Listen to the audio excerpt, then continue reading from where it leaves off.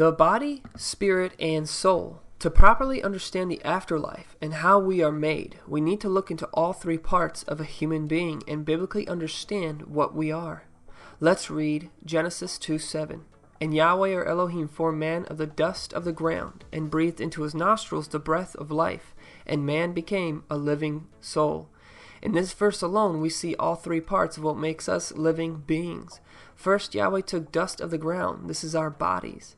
Then Yahweh breathed into the flesh his breath of life. This would be the spirit. And finally, when we combine the two, body and spirit, we get a living being, otherwise known as a soul. Let's define these terms to get a better understanding. The body is the simple part to understand. We have a body made up of the dust of the earth, and when the person dies, the body returns to the earth. In the second coming of the Messiah, we will be given new, imperishable, and incorruptible bodies. 1 Corinthians 15:52 through 53. In a moment, in the twinkling of an eye, at the last trump, for the trump shall sound, and the dead shall be raised incorruptible, and we shall be changed. For this corruptible must put on incorruption, and this mortal must put on immortality. So what is the breath of life? The breath of life is the Spirit of God, or God's breath, which gives us life. Job 27:3.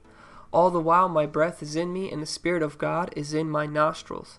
Job 33:4. The Spirit of God hath made me, and the breath of the Almighty hath given me life. When we die, this Spirit of God goes back to where it once came. Ecclesiastes 12:7. Then shall the dust return to the earth as it was, and the spirit shall return unto Elohim who gave it.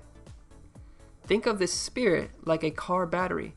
The car, our bodies, needs a battery to work. Once you remove that battery, the car is considered dead.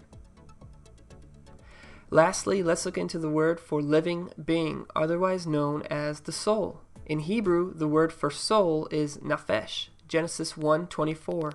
And Elohim said, Let the earth bring forth the living creature, naphesh, after his kind, cattle, and creeping thing, and beast of the earth after his kind. And it was so. All living things that have flesh are considered souls, humans, animals, bugs, etc. Now let's conclude. We are living souls made up of body and spirit. You are not a spirit, you are a soul. When we die, everything returns to where it once came. The body returns to the dust, and the breath of life returns to Elohim. At the second coming of the Messiah, we will then resurrect with a new body and the breath of life returning to us.